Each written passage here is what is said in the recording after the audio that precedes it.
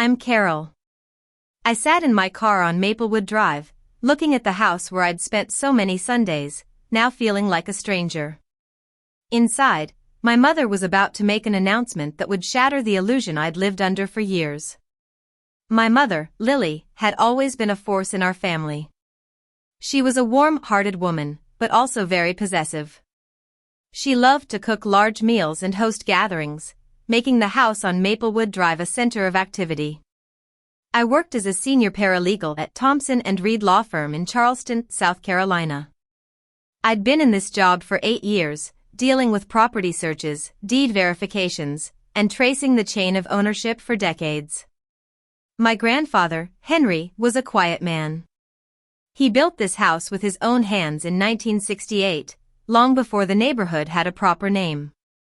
He was a man of few words, but when he spoke, it was about things that truly mattered, like the quality of wood and the strength of a foundation. Henry passed away when I was 18. At that time, my mother sat me down and told me he'd left everything to the family. I was grieving and didn't question her. One Tuesday afternoon in September, I was doing a title search for a client named Mr. Thompson, a property on Pine Street.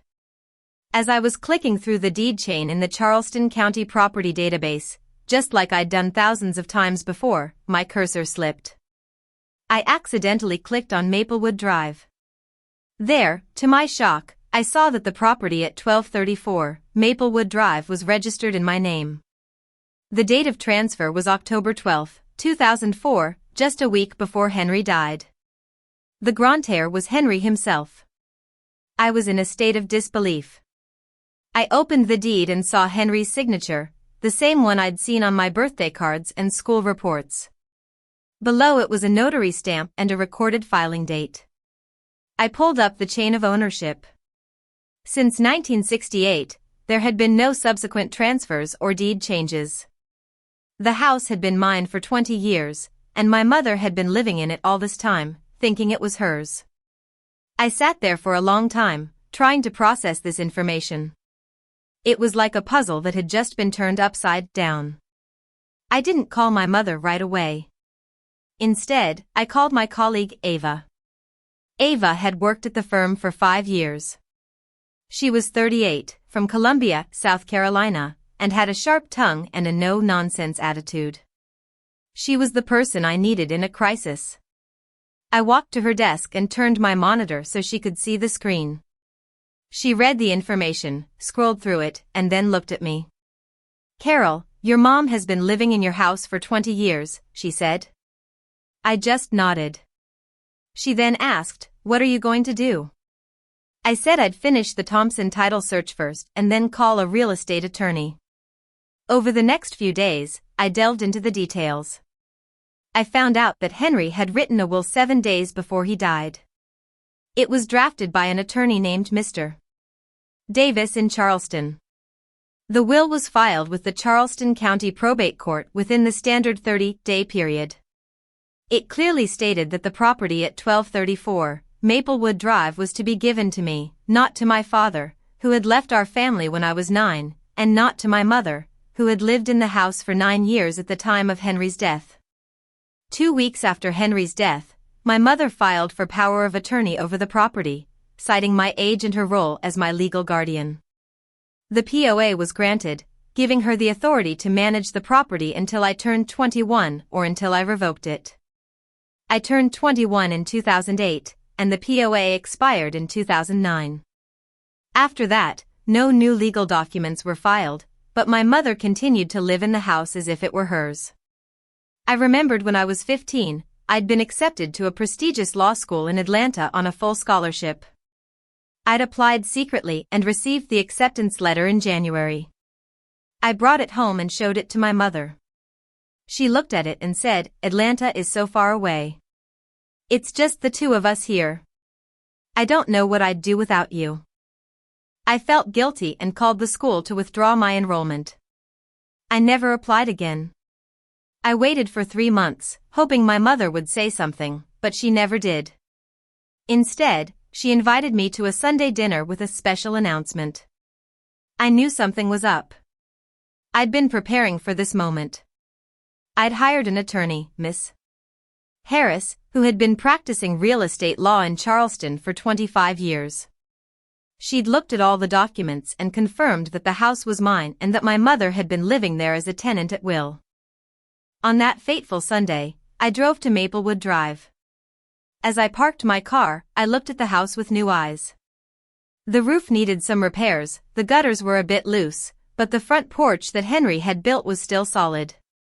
A man, Tom, was working on the fence. He was my mother's new boyfriend, and they'd been together for about 7 months. He greeted me and said, "This is a well-built house. Your grandfather knew what he was doing." I just nodded. Inside, the house was filled with family and friends. My mother had cooked a huge meal, as she always did. The dining room table was set with the good tablecloth, and there were 12 of us in total. As we were having dinner, I heard my mother on the phone in the hallway. She said, "Tom is going to move in. I'm going to put his name on the deed. It's only right." I knew I couldn't wait any longer. When the plates were mostly cleared, my mother stood up and tapped her fork against her water glass. "Y'all know this house is more than just a building. It's about family. Tom is a great man, and I want him to be a part of this family officially. I'm going to put his name on the deed," she announced. There was a collective gasp in the room. I sat there, my hands in my lap. I thought about all the times I'd given up for this family, all the times I'd felt like an outsider in my own home. Then my mother looked at me and said, "Carol, you've never really been a contributing member of this household. Once Tom is here, this is his home. You need to call first if you want to visit." That was the last straw. I reached into my bag and took out the manila envelope from Miss Harris. I set it on the table in the center. "This is from my attorney," I said. My mother picked up the envelope and opened it. As she read the documents, the room went quiet. She looked at me and said, "Henry would never want this. He loved this family." I replied, "Henry wrote the deed. You're trying to put a man's name on my property. This is my home, and I'm done pretending otherwise." My mother turned to the others in the room, trying to gain their support. "Look at what she's doing. What kind of daughter does this?" she said. But my aunt Sarah, who had always been a voice of reason, asked, "Lily, whose name is on the deed?" My mother didn't answer. Tom stood up and looked at me. "You told me this was your house," he said to my mother. Then he turned to me and nodded. "I'm sorry," he said and left. The room was tense. I stood up and said, "The cease and desist is effective immediately. No changes to the property, no names added. Ms. Harris's office will be in touch about next steps." I said goodbye and walked out of the house. I sat in my car for a long time, watching the lights inside the house.